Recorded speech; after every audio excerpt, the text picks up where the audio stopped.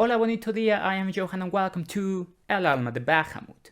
End of the trilogy, and because every story needs a villain, today it's Xbox's turn.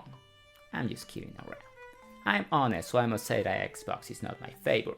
In fact, I accept that for many years I was anti-Xbox.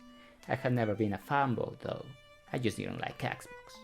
Where I have matured and today I'm able to see Xbox with other eyes.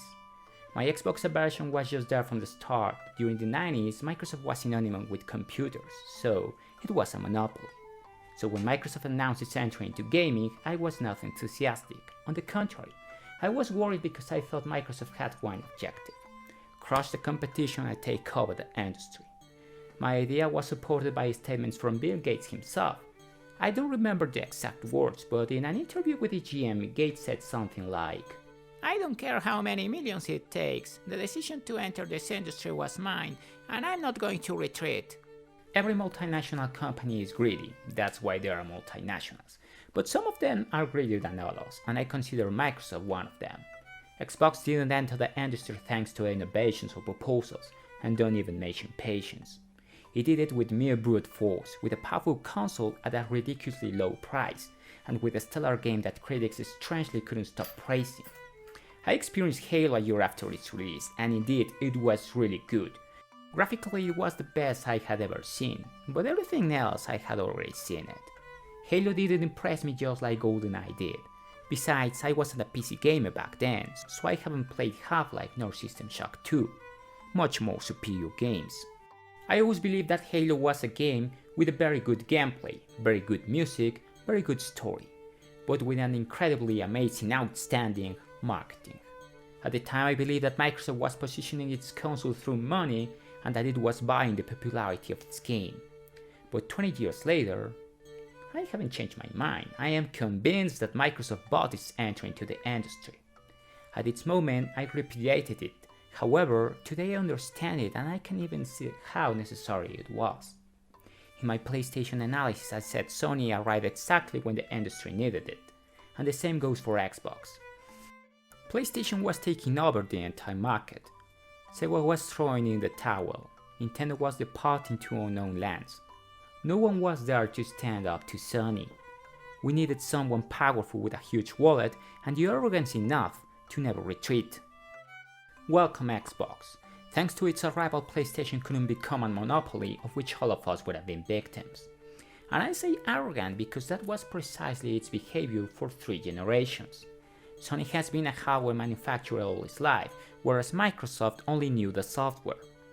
Xbox, with such arrogance, wanted to show the whole world that it was capable of beating Sony at its own game. It's been 20 years already, and it never happened. But today that arrogant Xbox has gone away, or so it seems, and now we see a humble Xbox. Despite Phil Spencer has never said it, nor will he, its actions demonstrate that Xbox has accepted defeat against Sony in the console market.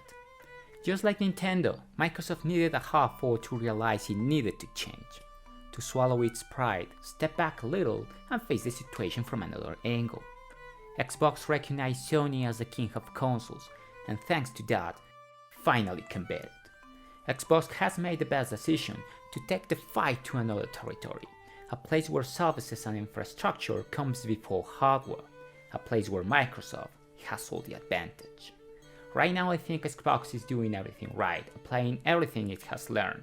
It moved away from PlayStation and is building something new. It is investing heavily in future productions and most importantly, it is respecting the players. But it sounds too good to be true. I wonder if Xbox really changed or is just like that ex-girlfriend you ended up with and begs you to come back, swears to have changed and everything will be different. Most of us know how that story ends. And I say this because the acquisition of Bethesda and Blizzard Activision reminds me of the old Xbox. I liked the purchase of Bethesda, I even supported it, because it leveled the scales that were so tilted towards PlayStation. But regarding Blizzard Activision, it upsets me. The truth is that I don't like that so many franchises, and that big, belong to the same corporation. Perhaps Xbox left its arrogance behind, but it shows that it continues moving forward through power. And this shouldn't be judged as right or wrong. Wealth and power are not evil by definition. How you get it and how you apply it is what defines it. So it's too soon and we don't have all the information to judge whether the purchase of Activision was a good or bad thing for the industry. We will have to wait 2 or 3 years to find out. For our sake as consumers, I want to believe that Microsoft has really changed. I would be surprised if a company that big repeated the same mistake it made in 2013, a year when they tried to oppress its community by abuse of power, only to find out that the community was more powerful than the almighty Microsoft. I have faith in this new Xbox. I think it has done everything necessary to earn forgiveness and vindicate itself. We all make mistakes, and I'm sure you don't want to be judged for that error committed so long ago, especially when you have already apologized for it and fixed it. Xbox is not my favorite. I do prefer Nintendo and Sony. In fact, I have never bought an Xbox, and I think I never will, and that's because I am a happy Game Pass subscriber. And I want to thank Microsoft for giving me the opportunity to play games such as Halo, Forza and Ori for a single $1. Microsoft, really, thank you. And well, what can we learn from Xbox? Well, Xbox teaches us that it doesn't matter if you lack creativity, patience or inventory, as long as you have the money to buy them out from others. And I say it without animosity. There are those who work hard for a long time to create something, and there are those who focus on making money to buy it already done. Both are correct and necessary. Besides, all the money and power of Xbox comes from previous efforts and innovations of Microsoft. Bill Gates didn't get rich by writing a lot of checks, right? But most important, arrogance works perfect to project power, but humbleness works better for progress. And I just want to add something to conclude this trilogy. After having analyzed the 3 of them, we can see something quite interesting.